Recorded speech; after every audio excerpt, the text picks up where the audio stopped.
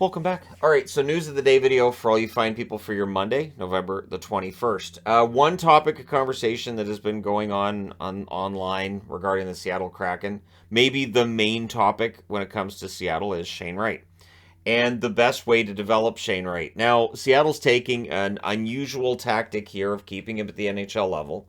Again, it may be a simple case of they don't feel like he has anything left to prove at the OHL level. They may feel like physically he's ready. It may just be, a matter of learning certain things in the NHL game, and they may feel like he is better suited to be around their trainers and with NHL players. So they've sent him down to Coachella Valley of the AHL. The CBA means that you can't send a player to the AHL who's 18 years of age, because if they're not good enough for the NHL team, you have to send them down to the CHL, which in this case would be his OHL team. And this is something that we talked about during all the chaos over the last 5 years, or last 3 years, I should say, of maybe this will change. So when all the WHL, OHL, QMJHL were shut down, we saw cases where junior age players were being sent down to the AHL, and it worked pretty well. And so for Seattle, now they get to send Wright down for a couple of weeks. He's still playing against men. Obviously, the quality is going to be lower than at the NHL level, but still higher than what he would be playing against in juniors. And it is the kind of that sweet spot, I'm guessing, that they'd like to see Wright playing against regularly. So the limit of time that they can have him down in Coachella Valley is 2 weeks. After that, they have to bring him back up. It's considered a loan. And then I'm guessing they'll probably allow him to go to Team Canada and play at the World Juniors. And I understand people being concerned about his development. I get it. Especially with the fact that he lost a lot of that development time due to the shutdowns and everything from a couple years back, which definitely hurt his development and probably led to him being drafted fourth overall. It's probably part of it, anyways. But yeah, Shane Wright, right now, the way that they're dealing with this is different than other teams might, but it doesn't necessarily mean it's wrong. I think that I think it's a bit premature for people to decide, well, this is clearly the wrong way to go about it, and then just that's it. And I don't agree with that. I think that we'll see. We'll see how it works. Every prospect is different. Every player is different.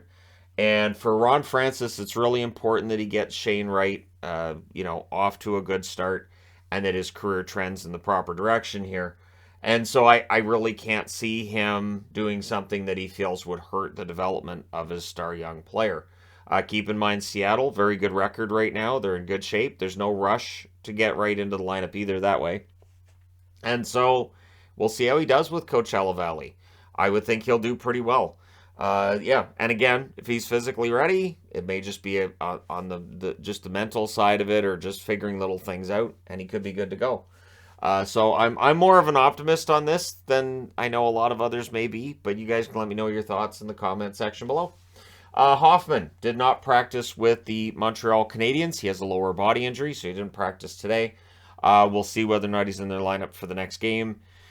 Hoffman's had a bit of an up and down year, mostly down to this point. So if there's an injury, a nagging injury involved, that would make some sense.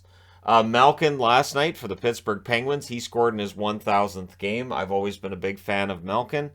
His points per game rate among players in their career, I believe he's only behind Crosby and McDavid amongst active players.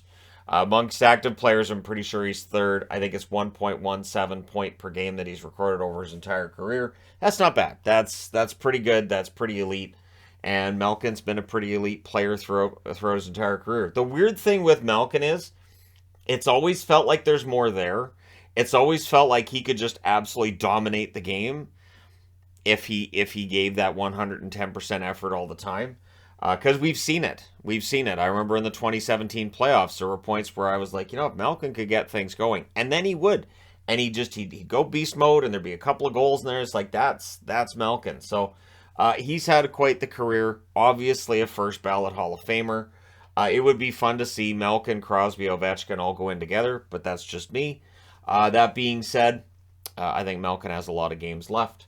Gergensons may return tomorrow for the Buffalo Sabres, so the Sabres getting healthier, and that's really key. A part of the reason that this losing streak has gone on for as long as it has is some pretty major injuries. Girgensons is a good, hard-working bottom six forward.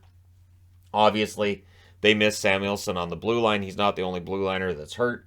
Okposo has started skating on his own, so that's good news too. That they're getting closer to getting these guys back, right? So for Buffalo, I wouldn't say that all hope is lost yet for this season, although I'm sure there's a lot of Buffalo fans that may already be checked out, and I get it. As a Canuck fan who's kind of already checked out on Vancouver this year, I understand, because you start to see this storyline unfolding in front of your eyes and you go, yeah, I've seen this. I've seen this one. I got it. I understand now. So yeah, Okposo skating on his own is good news. Girgensons returning tomorrow would be fantastic for them for their bottom six. And we'll see how it goes. Obviously, they picked up Jost on waivers. We'll see how he does for them. Again, bottom six forward and depth, all that depth. Bernard Docker, he's on IR. It's a high ankle sprain. He's out for a month or longer. Could be 6 weeks for him. Bernard Docker's had kind of an uneven beginning with Ottawa. Chabot is seen as day-to-day at this point with a concussion. Getting Chabot back would be huge.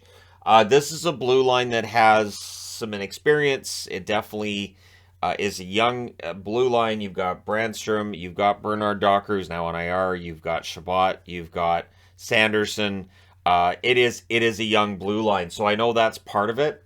And it just shows again that it is easy to tear it down and to start that rebuild and that fun process. But coming out of it, the Ottawa Senators fans towards the end of their last game was chanting to fire DJ Smith. So this is where Ottawa's at. The expectations have definitely come up, and the team's play has not come up to meet that.